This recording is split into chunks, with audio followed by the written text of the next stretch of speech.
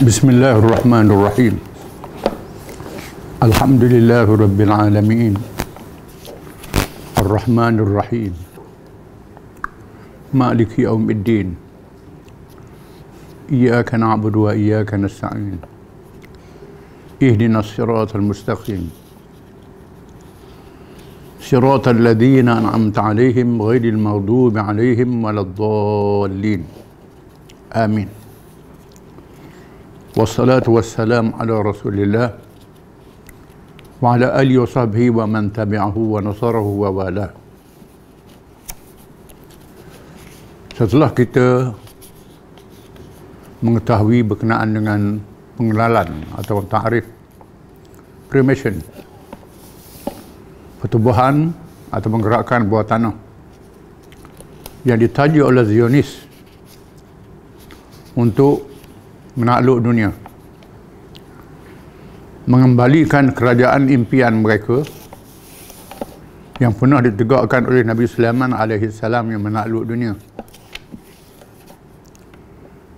Mereka tidak peduli bahawa Allah menegaskan kerajaan itu khusus pada Nabi Sulaiman alaihi salam. Oleh kerana fanatik mereka kepada kaum Yahudi, menganggap Yahudi ini bangsa yang paling mulia, manusia yang sebenar. Bangsa-bangsa lain itu adalah goyim, manusia binatang. Padaanlah Darwin, Yahudi yang menganggap manusia daripada monyet. Tanpa dia sedari, kita terpengaruh dengan teori Yahudi yang merendahkan martabat bangsa yang lain daripada Yahudi.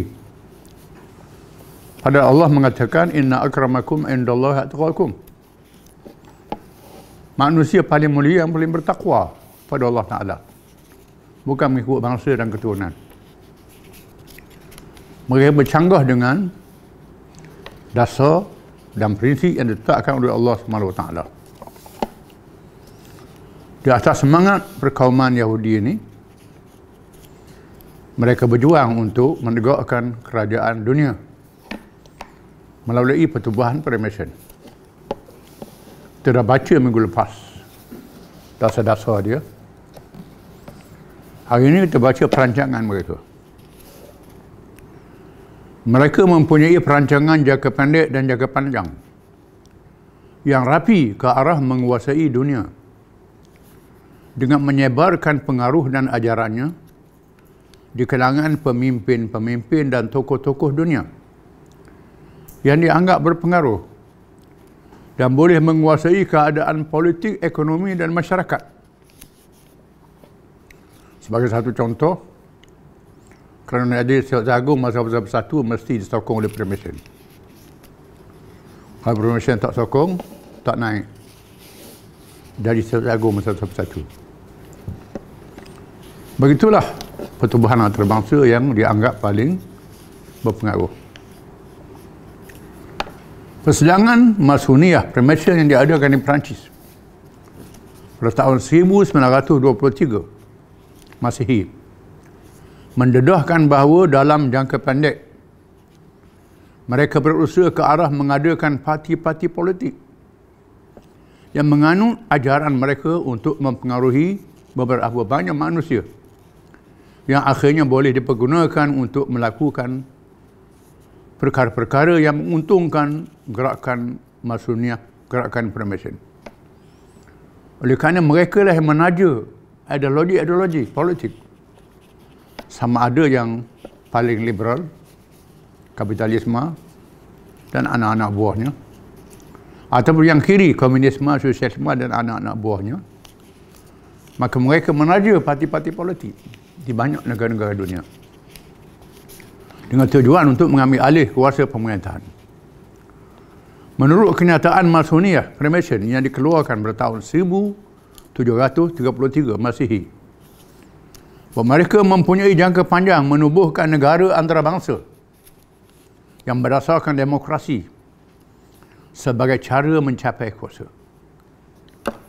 Menurut protokol pendeta Yahudi, kenyataan rahsia pemimpin-pemimpin mereka apabila tiba waktu kita berkuasa. Kita perlu menubuhkan rangkaian cawangan Masoniah Freemason di seluruh pelosok dunia. Dengan menguasai orang-orang yang boleh menguasai dan mempengaruhi orang ramai sekurang-kurangnya untuk mendapat maklumat yang baik untuk kita bagi keperluan menyebarkan dakwah untuk propaganda. Menguasai pemikiran, mempengaruhi orang ramai, masyarakat umum, mempengaruhi negara, menguasai pemerintahan, negara menguasai dunia. Di antara perancangan yang licin ialah menguasai pemimpin-pemimpin negara, raja-raja, menteri-menteri dan ketua-ketua jabatan. Biasanya mereka tumpu pada orang-orang ini. Dan sangat penting untuk perlindungan kita, kata mereka. Dan untuk mendapat maklumat-maklumat yang penting, menguasai atau mempengaruhi polis. Di samping melaluinya, kita juga dapat melakukan tekanan kepada penentang-penentang kita. Dan melindungi kegiatan yang kita lakukan bagi menimbulkan masalah kepada masyarakat. Mereka ini bukan sahaja menindas, menekan penentang-penentang, bukan sanggup membunuh, sanggup menghapuskan. Bagaimana kita tahu peranan ejen CIA dan lain-lain lagi. Bagi menghapuskan mana-mana pemimpin yang dianggap mengancam kedudukan mereka. Keahlian, ada martabat keahlian dia. Martabat ahli, pertubuhan ini membahagikan ahlinya menurut syarat, peringkat dan derajat masing-masing yang tidak boleh disamakan dari segi kedudukan dan peranan. Menurut kajian dan penyiasatan dilakukan ke atas beberapa orang ahli mereka, yang terbongkar menunjukkan mereka meletakkan derajat ahli pada 3. Pembangkangan dilakukan oleh Jeneral Atalhan, iaitu Jeneral Tentera Turki di zaman Kerajaan Utsmaniyah, yang telah berjaya menangkap ejen-ejen Yahudi dan Freemason dalam Perang Dunia Pertama dan sebelumnya. Jeneral Atalhan menulis buku dalam bahasa Turki, Rahsia-rahsia di sebalik Freemason.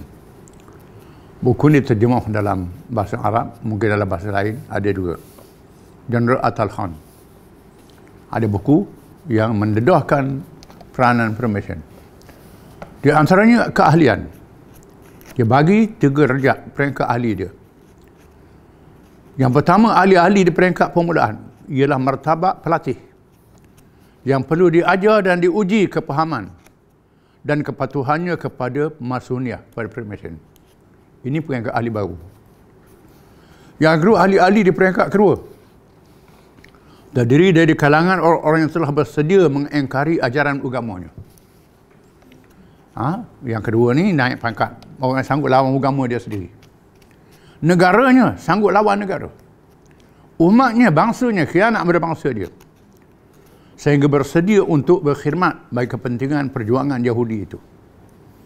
Sanggup berjuang kepentingan Yahudi. Hari ini kita melihat bagaimana agenda normalisasi mengiktiraf Israel. Ada pemimpin negara yang sanggup iktiraf Israel ini tanpa peduli kepentingan negara dan rakyat agama dia sendiri. Ini dah kita lihat. Di antara orang-orang yang berada di peringkat ini ialah Churchill yang pernah memegang jawatan Perdana Menteri Inggeris, Perdana Menteri Britain. Ini di antara ahli dia. Winston Churchill, dan Menteri Inggeris dalam masa Perang Dunia yang kedua. Dan Balfour, Menteri Luar British, yang pernah memegang jawatan Menteri Luar Inggeris, yang bertanggungjawab memeteraikan perjanjian dengan orang-orang Yahudi untuk menyerahkan Palestin kepada mereka. Dan beberapa orang pemimpin-pemimpin dan raja-raja di dunia menjadi ahli di peringkat ini. Antaranya pemimpin negara besar lah, seperti Amerika, Britain, Perancis, Jerman, negara besar barat khususnya. Dan mungkin ada kalangan negara Islam, Wallahu a'lam, yang terpengaruh dengan pertubuhan ini. Yang ketiga, Masoniah sejagat, iaitu peringkat yang tertinggi di mana keseluruhan ahlinya dari kalangan orang-orang Yahudi. Mereka boleh mempengaruhi pemimpin-pemimpin dunia. Dan beberapa orang raja bagi menjayakan tujuan perjuangan Masoniah Freemason. Mereka ni paling puncak orang Yahudi Zionis. Bahkan dikatakan siapa nak menang pilihan raya presiden di Amerika mesti menyokong Zionis, menyokong Yahudi. Orang yang paling berjasa pada Yahudi itu paling menang pilihan raya di Amerika, termasuk pilihan raya di Perancis, pilihan raya di Britain. Negara-negara besar dia tuju negara-negara ini. Ini peranan yang sangat licik yang kita kena tahu. Seterusnya penglibatan kekacauan dunia. Wallahu a'lam.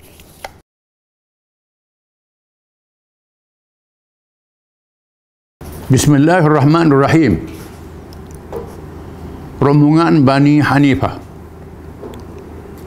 Kabilah ini dipimpin oleh pembohong besar lagi menyesatkan, bernama Musailamah, dikenali dengan Musailamatul Kadzab. Musailamah pembohong besar, Al-Kadzab pembohong besar yang sangat bohong. Al-Kadzib yang bohong, Kadzab yang paling bohong. Dia datang ke Madinah mengetuai kaumnya dengan cara yang angkuh lagi biadab. Semasa dia sampai, Rasulullah SAW bersama para sahabat radhiyallahu anhu. Dan ketika itu baginda SAW memegang pelepah tamar. Baginda pegang pelepah kemau. Sebaik sahaja bertemu Rasulullah SAW, Musailamah terus meminta supaya dia dilantik menjadi ketua yang memerintah sebahagian daripada wilayah Islam. Itu minta jawatan. Lantik dia jadi ketua, memerintah sebahagian wilayah Islam. Jadi perangai minta jadi nak lantik ketua ni perangai Musailamah Kadzab. Perangai orang yang sangat sesat. Dengan tegas Rasulullah SAW menjawab, seandainya engkau meminta pelepah yang ada di tanganku ini, sekalipun nasaya aku tidak berikan kepadamu, kata Nabi. Kalau minta pelepah sama di tangan aku tak beri padamu. Pelepah sama, pelepah kema. Maha mana sangat. Jika engkau berpaling, tadah Allah pasti akan membinasakanmu. Urusan agama Allah tidak sekali berjalan bersamamu. Ini dia sahabatku yang akan menjawab seterusnya kepadamu. Sambil menunjukkan kepada Qais bin Syammas radhiyallahu an, lalu Rasulullah beredar meninggalkan majlis. Nabi kata, soalan berikutnya biar orang ni jawab. Nabi suruh sahabat Qais bin Syammas radhiyallahu an, ni padang muka dia. Tanya dia pula, sambung. Nabi tinggal dia. Diriwayatkan bahawa Musailamah berkata kepada kaumnya bahawa syarat untuk dia masuk Islam ialah melantiknya menjadi pemimpin yang menguasai sebahagian wilayah bumi, sebahagian wilayah dunia. Dia jadi pemimpin. Rasulullah SAW memberitahu sahabatnya bahawa baginda SAW bermimpi gelang emas berada di tangannya yang sungguh tidak menyenangkan hatinya. Maka diperintahkan supaya meniup kedua gelang. Apabila dia tiup, gelang-gelang itu tiba-tiba terbang, melepaskan tangan Rasulullah SAW.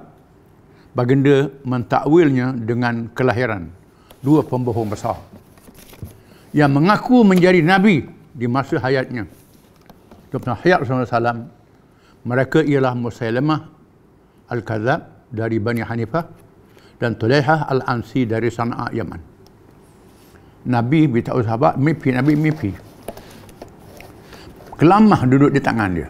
Dua gelang emas. Gelang emas ni haram mengikut hukum Islam. Nabi sangat tak senang gelang emas ada di tangan.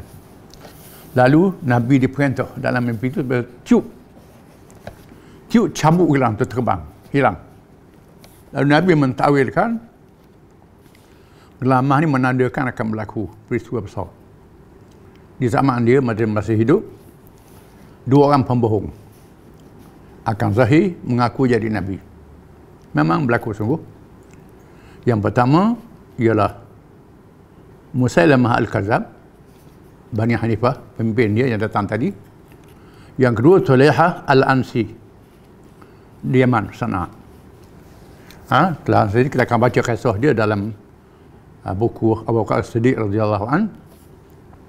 Bersama kita baca di sini. Tulaihah ni juga mengaku jadi nabi menggunakan sihir. Menggunakan sihir. Dan berjaya mengumpulkan pengikut dia. Bermahrajalela selepas wafatnya Nabi sallallahu alaihi wasallam. Dan ada seorang ulama daripada Yaman yang hebat yang menentang Tulaihah Al-Ansi ni. Lalu Tulaihah suruh hidupkan api, campurkan dia ke dalam api yang dia bakar. Tiba-tiba tak angus. Macam Nabi Ibrahim, tak angus. Tak angus. Lalu Tulaihah suruh lepas dia, bahaya ni orang ni. Nanti Allah dia punya pengaruh. Dan sahabat ni pergi melarikan diri ke Madinah, selamatkan diri. Zaman Sayyidina Abu Bakar As-Siddiq radhiyallahu an. Saya akan baca kisahnya. Dan dia duduk dalam Masjid Nabawi, duduk kat tiang masjid. Sayyidina Umar pergi tanya dia, awak daripada mana? Daripada Yaman. Sayyidina Umar tanya, betul ke aku dengar cerita ada seorang di Yaman ni, Tulaihah capuk dalam api, tak angus. Betul dia kata. Dia tak mengaku dia, betul lah. Sayyidina Umar kata, ke awak? Ya, saya. Alhamdulillah, saya telah sempat bertemu dengan umat Muhammad yang dapat kelebihan Nabi Ibrahim. Lalu dibawa menghadap Sayyidina Abu Bakar As-Siddiq radhiyallahu anhu. Dan Tulaihah ni akhirnya berjaya dihapuskan oleh orang-orang Islam di Yaman, dipimpin oleh anak-anak Bazan. Bazan ni ialah gubernur Parsi. Gubernur Parsi yang masuk Islam zaman Nabi SAW. Bazan ni meninggal, tinggal anak dan isteri dia. Tulaihah ni menawan tempat tinggal Bazan. Anak-anak Bazan ni setia dengan Islam. Bersama dengan orang Yaman membunuh Tulaihah. Dan Tulaihah dipancung lehernya. Di waktu subuh dibawa kepada di masjid sana. Dipanggil orang ramai datang beramai-ramai, bertakbir, semangat. Kerana gerakan dia tewas. Ini cerita Tulaihah, kita akan baca dalam kisah yang Abu Bakar As-Siddiq radhiyallahu anhu. Abu Musailamah ni kita baca di sini. Musailamah Al-Kadzab menulis surat kepada Rasulullah SAW. Dia tulis surat. Lepas dia balik ke tempat, dia tulis surat atau ke Nabi. Suratnya berbunyi, Min Musailamah Rasulillah ila Muhammad Rasulillah. Amma ba'du. Fa inni qad asyraktu fil amri ma'aka. Wa inna lana nisfal ardi. Wa laysa Quraisy qauman ya'dilun. Wa inna lana nisfal amri. Wa laysa Quraisy qauman ya'dilun. Daripada Musailamah Rasulullah, mengaku dia Rasulullah, kepada Muhammad Rasulullah. Adapun selepas itu aku bersamamu dalam urusan menjadi Rasul. Untukku separuh daripadanya, tetapi puak Quraisy bersifat tidak adil, membolot semua untuknya. Ditugaskan 2 orang pengikutnya membawa surat itu. Apabila Rasulullah SAW bertanya kepadanya, mereka menjawab bahawa mereka percaya Musailamah adalah Rasulullah. Utusan ini beriman kepada Musailamah. Utusan untuk bawa surat ni. Maka Rasulullah SAW bersabda, "Lau kuntu qatilan rasulan laqataltukuma." Kalau aku diizinkan untuk membunuh utusan, nescaya aku bunuh kamu berdua, kata Nabi. Kalau Allah izin aku bunuh utusan, aku bunuh muda orang ni. Tapi kalau kerana mu ni utusan, aku tak bunuh. Kerana hukumnya tak membenar membunuh utusan daripada musuh. Di sini menunjukkan bagaimana Islam memberi perlindungan diplomatik kepada utusan pihak yang lain. Yang sebab itu bunuh duta, bom kedutaan, salah dari hukum syarak. Kedutaan asli di negeri kita, tak boleh. Sekali-kali. Walaupun daripada negara yang berperang dengan kita, ada kedutaan di sini. Kita tak boleh bom, tak boleh bunuh. Kerana mendapat perlindungan diplomatik. Ini hadisnya.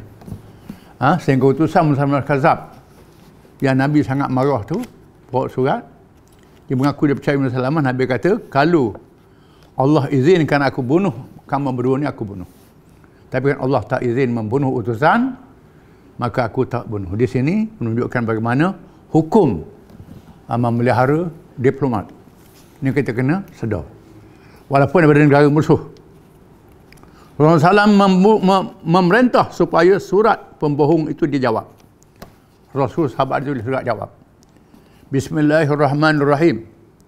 Min Muhammad Rasulillah ila Musailamatil Kadzab. Salamun ala man ittaba'al huda. Amma ba'du. Fa innal arda lillahi yurithuha man yasha'u min ibadihi wal 'aqibatu lil muttaqin. Dengan nama Allah yang Maha Pemurah lagi Maha Penyayang. Daripada Muhammad Rasulullah kepada Musailamah yang paling bohong. Selamat sejahtera kepada sesiapa yang mengikut petunjuk. Adapun selepas itu, maka sesungguhnya bumi adalah milik bagi Allah yang mengurniakan kepada sesiapa yang ia kehendaki dalam kalangan hamba-hambanya, dan akibat yang baik bagi orang-orang yang bertakwa. Itu surat Nabi jawab kepada Musailamah. Surat yang beradab. Surat yang beradab, berdiplomasi. Nabi tulis surat. Walaupun Musailamah yang dengan angkuh mengisytiharkan dirinya menjadi Rasul dengan menunjukkan sihir yang kononnya mukjizat. Dia tunjuk sihir mukjizat dia. Musailamah ni. Tetapi terbalik dengan kehendaknya. Tuhan jadikan terbalik. Yang diminta sembuh kepada mata yang sakit sebelah mata, tiba-tiba kedua-dua belah mata menjadi sakit. Orang sakit mata sebelah. Pergi kat dia, dia nak suruh baik, dua-dua dia sakit belakang. jadi macam tu. Dia jawab, dia autar pula. Dia kata, oh sebab kawan ni dah ikhlas. Dan lain-lain penipuan. Sehingga ramai pengikut yang terpengaruh kerana agama yang dia ajar boleh berzina. Agama dia boleh berzina. Menerima arak dan lain-lain maksiat. Akhirnya ajarannya dibinasakan dan dirinya sendiri dibunuh di zaman Sayyidina Abu Bakar As-Siddiq radhiyallahu anhu. Tentera Islam menyerang Musailamah yang mempunyai puluhan ribu badan tentera. 70-80 ribu badan tentera. Diserang sama Abu Bakar. Peperangan yang sengit berlaku. Khalid bin Walid memimpin tentera Islam. Tentera dia kuat. Mula-mula Muhammad Ikrimah bin Abu Jahal pergi. Sayyidina Abu Bakar minta jangan serang sehingga Khalid bin Walid datang. Ikrimah ni nak dapat kelebihan. Dia menang. Dia perang tak tahan. Kuat tentera bersama. Sehingga Khalid bin Walid datang. Khalid ini panglima yang handal dan berjaya mengepung kubu kota pertahanan Musailamah Kadzab. Musailamah berjaya dibunuh. Peristiwa ini, peristiwa mengaku jadi Nabi, perlu dipahami dan diimani, menunjukkan bahawa Allah telah menamatkan kenabian dan kerasulan dengan kelahiran Nabi Muhammad sallallahu alaihi wasallam. Tidak ada lagi wahyu pelantikan Rasul dan kitab Allah selepas Al-Quran. Maka sesiapa yang mengaku menjadi Nabi atau Rasul, kafirlah ia. Dan kafirlah juga sesiapa yang mengikutnya. Umat Islam wajib menentang dan memeranginya habis-habisan, sehingga dihapus ajaran dan pengikutnya yang tidak bertaubat. Umat Islam secara fardu ain wajib mengetahui perkara ini dengan penuh keimanan. Kita kena tahu, tiap-tiap orang Islam kena tahu bahawa Nabi Muhammad SAW adalah Nabi akhir zaman. Quran kita yang paling akhir, penutup. Bukan Nabi yang mengaku, Allah Ta'ala yang mengisytiharkan. Melalui Nabi-Nabi zaman dahulu. Semua Nabi-Nabi zaman dahulu diberitahu akan zahir Nabi akhir zaman. dalam kitab-kitab suci agama. Bukan saja agama Samawi, termasuk agama Hindu dan agama-agama lain menyebut tentang Rasul akhir zaman. Jadi dinyatakan oleh Allah Muhammad adalah Nabi akhir zaman. Lepas ni dunia akan kiamat. Akan tamat ajalnya, ditentukan oleh Allah. Akan muncul dunia baru ataupun hari kiamat. Hari kebangkitan yang selama-lamanya. Allah Ta'ala tamatkan ajal dunia dengan tanda paling besar. Kelahiran Nabi Muhammad SAW dan Al-Quranul Karim. Ini wajib kita kena tahu. Orang Yahudi, Kristian pun tahu. Dan kita agama Hindu pun ada sebut. Kita agama lain pun ada sebut perkara ni. Cuma sami-sami mereka menyembunyikan hakikat yang sebenar. Oleh kerana itu, fardu ain bagi orang Islam. Kena tahu betul ada Nabi selepas Muhammad SAW. Barang siapa yang ikut Nabi palsu lepas Muhammad, Nabi palsu, maka jadi kafir, keluar daripada Islam. Dan orang Islam wajib menentang tentang pengakuan zahir Nabi selepas Muhammad SAW. Pengajaran daripada kedatangan wufud menghadap Nabi SAW. Sesungguhnya kita baca kesimpulan rombongan-rombongan yang datang menghadap Nabi. Sebenarnya rombongan yang datang menghadap SAW lebih ramai dan berlipat kali ganda daripada yang disebut di sini. Sehingga dianggarkan melebihi 70 rombongan yang mewakili seluruh kabilah Arab yang mendiami semenanjung tanah Arab yang luas itu. Rombongan-rombongan yang disebut di sini sekadar contoh untuk diambil pengajaran. Rasulullah SAW mengambil sikap terbuka kepada semua. Sama ada yang datang dengan menganut Islam atau tidak. Kedatangan mereka mempunyai pelbagai matlamat. Ada yang datang sekadar untuk berbai'ah atau untuk mempelajari Islam secara lebih dekat dan langsung daripada Rasulullah SAW. Ada yang datang dengan ikhlas masuk Islam, bai'ah, berjuang dengan Nabi untuk menegakkan Islam. Ada yang datang belum menganut Islam. Kedatangannya untuk mendapat pengetahuan yang jelas, atau yang datang kerana terpaksa dengan hati yang masih degil dan tebal dengan jahiliah. Ada yang datang untuk minta penjelasan apa dia Islam. Ada yang datang dengan hati yang degil, terus kafir macam Musliman tadi. Kadang-kadang kedegilan dan kejahilan meledak tanpa dapat disembunyikan. Rombongan-rombongan tersebut yang disebut dia dalam bahasa Arab dengan perkataan wufud, mereka boleh dibahagikan kepada 3 keadaan. Yang pertama, mereka yang masuk Islam dengan mudah. Kebanyakan mereka datang dari Yaman dan sekitarnya. Mereka tidak bersekongkol dengan musyrikin Quraisy dan lain-lain yang berperang dengan Rasulullah SAW. Tindakan Rasulullah SAW mengekalkan raja-raja dan ketua-ketua kabilah yang menganut Islam, menarik lebih ramai lagi kabilah-kabilah di kawasan itu menganut Islam. Dan kesemua mereka menjadi raja-raja dan pemimpin-pemimpin yang adil, lagi berakhlak mulia bersama Islam.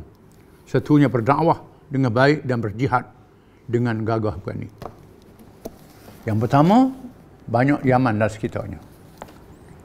Mereka ni datang jumpa Nabi masuk Islam, termasuk raja-raja. Apa yang menarik raja-raja tak dia pecat, terus jadi raja juga. Dia juga raja. Dan memerintah dengan Islam, menjadi raja-raja yang adil. Di mana pengaruh raja-raja Yaman masuk Islam lah datang ke Nusantara. Nusantara. Pedagang-pedagang dia mari di sini. Raja-raja Nusantara ni masuk Islam. Dan Islam mengekalkan mereka jadi raja. Jadi raja juga. Kerana mereka menganut Islam. Tekak jadi raja, tak dipecat. Dan minta mereka melaksanakan hukum Allah dengan adil. Raja-raja ni banyak yang melaksanakan syariat. Bahkan keseluruhannya masa itu. Mereka tak dipecat dan mereka menjadi pendakwah, berjihad bersama dengan Rasulullah SAW, bersama dengan sahabat-sahabat radhiyallahu anhum. Dan menjadi pendakwah termasuk di Nusantara ni. Nusantara ni dikekalkan raja-raja. Yang kedua, datang menyerah diri dengan keadaan ingin mengetahui dan mempelajari Islam pada awalnya kerana takut dengan kekuatan negara Islam yang gagah perkasa. Akhirnya memahami Islam dan bersama Islam dengan ikhlas dengan hidayah dan berkat kurniaan Allah SWT. Yang kedua, datang serah diri. Kerana tak boleh lawan. Bala tentera Islam sangat kuat. Gagah perkasa, tak boleh lawan. Dengan pertolongan Allah, tentera Islam tak boleh dikalahkan. Semua kabilah-kabilah kalah berperang. Menyebabkan yang baki itu takut. Datang serah diri, masuk Islam dan ikhlas dengan Islam. Yang ketiga, datang ditolak oleh arus Islam dan gelombangnya yang kuat, terutamanya selepas peperangan Mu'tah yang hebat menentang Rom dan sekutunya yang lebih besar, berkali ganda dibandingkan dengan jumlah tentera Islam yang sangat kecil. Peperangan Mu'tah mengubah suasana politik. Pada tentera Islam yang kecil menghadapi tentera Rom, tak dikalahkan. Ini hebat. Tentera yang kecil tak boleh dikalahkan oleh kuasa besar dunia. Menggerunkan kuasa-kuasa besar. Menyebabkan kabilah-kabilah ini takut. Peperangan Tabuk memberi kesan yang lebih besar dan meluas. Tabuk itu juga. Tentera Rom berundur. Tak ada perang.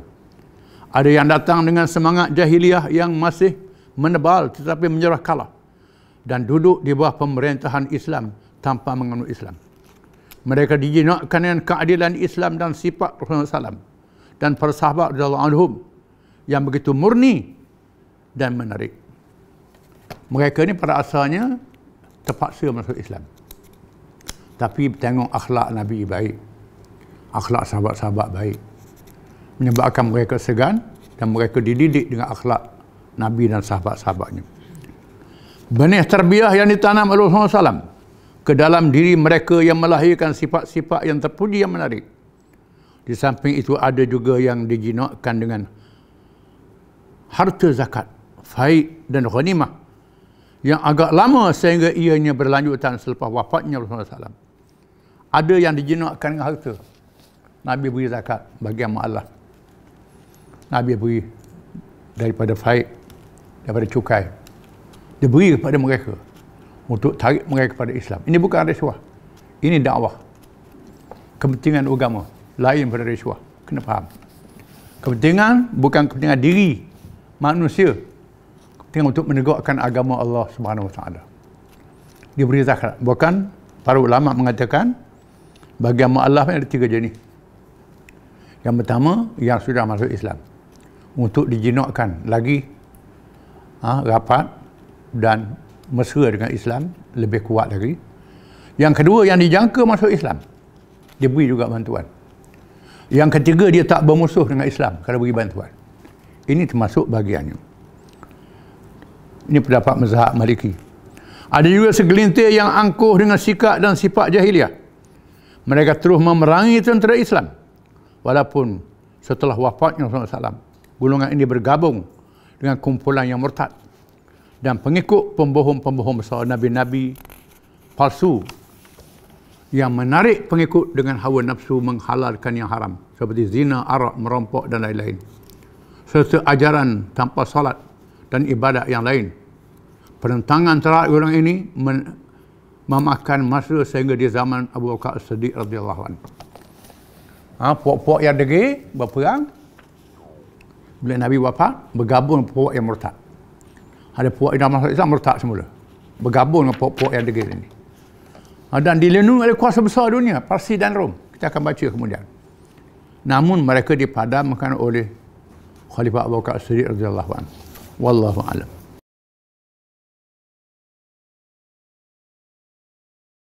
A'udzu billahi minasyaitonir rajim.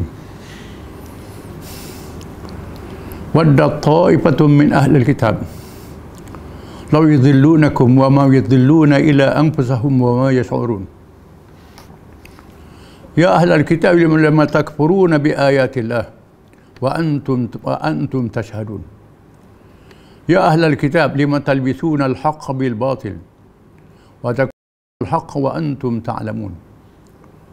Wa qalat ta'ifatun min ahli al-kitab آمنوا بالذي أنزل على الذين آمنوا معه آمنوا بالذي أنزل على الذين آمنوا وجه النهار واكفروا آخره لعلهم يرجعون ولا تؤمنوا إلا لمن تبع دينكم قل إن الهدى هدى الله an yu'ta ahdun mithla ma utitum aw yuhajjukum 'inda rabbikum.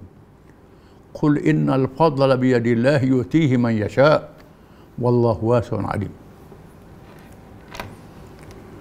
Maksudnya, sesungguhnya ahli kitab suka dan berangan-angan kiranya mereka dapat menyesatkan kamu, padahal mereka tidak akan menyesatkan malaikat dirinya sendiri, dan mereka pula tidak menyadari akibat yang buruk itu. Wahai ahli kitab, mengapa kamu kufurkan, engkarkan ayat-ayat keterangan Allah, padahal kamu menyaksikan kebenarannya? Wahai ahli kitab, mengapa kamu campur adukkan yang benar dengan yang salah, dan kamu pula menyembunyikan kebenaran padahal kamu mengetahuinya? Dan berkatalah segolongan dari ahli kitab sesama sendiri, berimanlah kamu kepada Al-Quran yang diturunkan kepada orang-orang yang beriman itu pada sebelah pagi, dan kufurlah engkaulah pada petangnya, supaya mereka merasa ragu-ragu lalu kembali menjadi kafir semula. Dan mereka berkata lagi, janganlah kamu percaya melainkan kepada orang-orang yang mengikut agama kamu. Katakanlah wahai Muhammad sallallahu alaihi wasallam, sesungguhnya petunjuk yang benar ialah petunjuk Allah. Mereka berkata pula, janganlah kamu percaya bahawa akan diberi kepada sesiapa seperti apa yang telah diberikan kepada kamu, atau mereka akan dapat mengalahkan hujah kamu di sisi Tuhan kamu. Katakanlah wahai Muhammad SAW, sesungguhnya limpah kurnia itu adalah di tangan Allah, diberikannya kepada sesiapa yang dikehendakinya, dan Allah maha luas limpah kurnianya, lagi meliputi pengetahuannya. Setelah dibaca dalam ayat-ayat yang lalu, betapa golongan ahli kitab ni, yakni Yahudi dan Kristian, mengetahui akan kerasulan Nabi Muhammad sallallahu alaihi wasallam yang disebut dalam kitab suci mereka, Taurat dan Injil, dan disebut oleh nabi-nabi mereka, rasul-rasul mereka. Bahkan nabi-nabi, rasul-rasulnya minta janji daripada mengikut masing-masing. Zahir Nabi akhir zaman beriman, tolong Nabi akhir zaman ni, berjuang bersama dengannya. Bukan ada kalangan mereka yang berkumpul di Madinah menunggu kedatangan Nabi akhir zaman, kerana dapati di Madinah ada tanda tapak hijrah Nabi akhir zaman. Bahkan mereka tahu sifat sahabat-sahabat Nabi yang ikut Nabi, bersama dengan Nabi. Mereka tahu malangnya mereka tak masuk Islam. Bukan saja tak masuk Islam, menyesatkan orang Islam. Waddat ta'ifatum min ahli kitab law yudillunakum. Segolongan dari ahli kitab, Yahudi dan Kristian ni, suka dan bercita-cita kiranya mereka dapat menyesatkan kamu orang Islam. Kalau bila orang Islam masuk agama dia, ataupun tinggal ajaran Islam, keluar daripada Islam, masuk agama lain, tak apa, jangan teka dengan Islam. Begitu sekali hasad dan dengki mereka terhadap Islam ni, nak menyesatkan orang Islam. Wa ma yudhilluna illa anfusakum, wa ma yudhilluna illa anfusahum, dan tidaklah mereka menyesatkan melainkan diri mereka sendiri. Dia sesat diri dia sendiri. Dia nak sesatkan orang Islam, dia sesat. Dia tahu kebenaran, dia seleweng ke orang lain, dia jadi sesat. Wa ma yash'urun, dan mereka tak sedar, tak terasa. Tak terasa mereka jadi sesat dengan sebab perbuatan mereka yang jahat dan menyesatkan itu. Allah Ta'ala mendedahkan bagaimana penipuan mereka terhadap Islam dan orang-orang Islam. Mereka tak sedar bahawa mereka tipu diri mereka sendiri. Mereka mengetahui kebenaran, tak ikut kebenaran. Ya ahlal kitab, lima takfuruna bi ayatillah wa antum tashhadun. Wahai ahli kitab, mengapa kamu kufurkan, engkarkan ayat-ayat keterangan Allah padahal kamu menyaksikan kebenarannya? Di antara ayat-ayat itu ialah kelahiran Nabi Muhammad sallallahu alaihi wasallam yang disebut dalam kitab-kitab mereka. alladzina atainahum alkitab ya'rifunahu kama ya'rifuna abna'ahum wa inna fariqan minhum la yaktumuna al-haqqa wa hum ya'lamun. Orang-orang yang kami beri mereka kitab, mereka kenal Nabi Muhammad macam mereka kenal anak-anak mereka sendiri.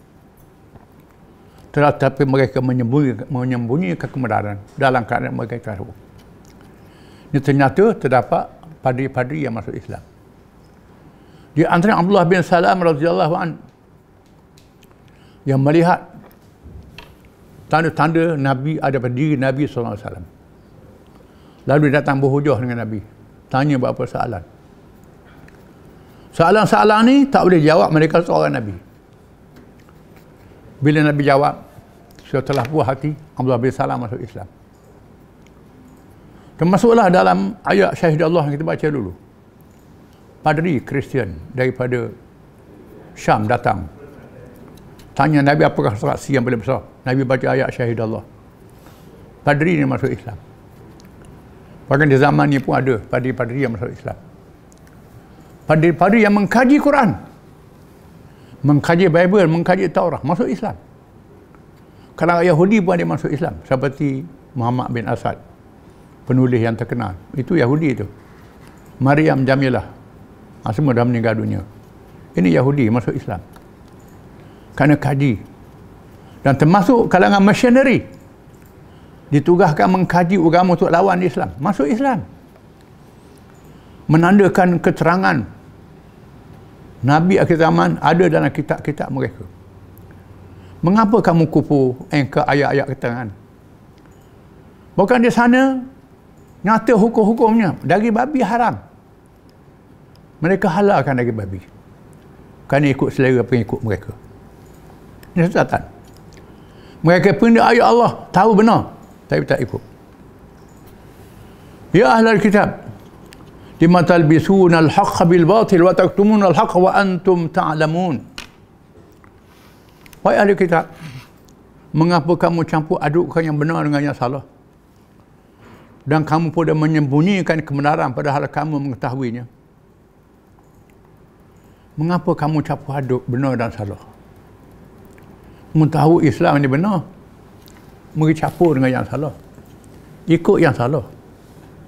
Ikut kesesatan, ikut yang tak betul. Ini merosakkan diri kamu sendiri. Allah Ta'ala dedahkan. Mereka nak kelirukan orang Islam, sebenarnya mereka buat-buat, melakukan satu kesalahan untuk menipu orang. Mereka tahu kebenaran, sebab itu mereka disebut al-maghdubi alaihim. Golongan yang dimurka oleh Allah. Kita baca Fatihah tiap-tiap rakaat. Ihdinas siratal mustaqim. Siratal ladzina an'amta alaihim ghairil maghdubi alaihim waladdallin. Tunjukkanlah kami jalan yang betul. Jalan orang yang engkau beri nikmat ke atas mereka, iaitulah nabi-nabi, siddiq, syuhada dan salihin. Bukan jalan yang dimurkai ke atas mereka. Mereka ialah golongan ahli kitab ini. Golongan yang mereka tahu kebenaran Islam tetapi tak ikut Islam. Menyesatkan orang Islam. Berusaha untuk menjauhkan orang Islam dari agama Islam. Maka mereka sangat dimurkai oleh Allah Subhanahu Wa Taala. Mereka melangkah langkah yang sangat jahat. Di antara langkah mereka ialah yang disebut oleh Allah, dia dedah oleh Allah Taala. Wa qala ta'ifatun min ahli kitab aminu billadhi unzila 'alal ladzina amanu wajhan nar wakfuru akhirahu la'allahum yarji'un wala tu'minu illa liman tabi'a dinakum qul innal huda hudallah ay yu'tahadu mithla ma utikum aw yuhajjukum 'inda rabbikum qul innal fadla biyadillahi yu'tihi man yasha wallahu wasi'un 'alim. Berkatalah satu golongan ahli kitab, orang Yahudi zaman Nabi dulu, berimanlah kamu kepada Al-Quran yang diturunkan buat orang-orang yang beriman itu pada setelah pagi, dan kufur engkaulah pada petangnya, supaya mereka merasa ragu-ragu lalu kembali menjadi kafir semula. Semaya subuh dengan Nabi, pagi-pagi semaya subuh dengan Nabi. Tujuannya supaya orang yang lemah iman ni tengok mereka ni masuk Islam. Oh betul lah Nabi ni, betul sungguh. Petang tak percaya ke Nabi. Muhammad ni pelabur. Tujuannya untuk menggoda. Supaya mereka lemah iman ni tengok dia ni ahli kitab ni, orang yang tahu sungguh ni. Bila dia ikut sembahyang subuh tu, dia nampak Nabi ni betul. Bila dia keluar tu, menandakan Nabi tak betul lah tu. Dia ni ahli kitab. Orang alim, orang tahu. Ini bahayanya orang yang tahu mempengaruhi orang yang tak tahu. Al-maghdubi alaihim. Mereka sanggup melakukan kerja menipu sahabat begitu sekali. Pura-pura sembahyang dengan Nabi waktu subuh. Konon dia masuk Islam. Waktu petang, beritahu dia tak masuk Islam.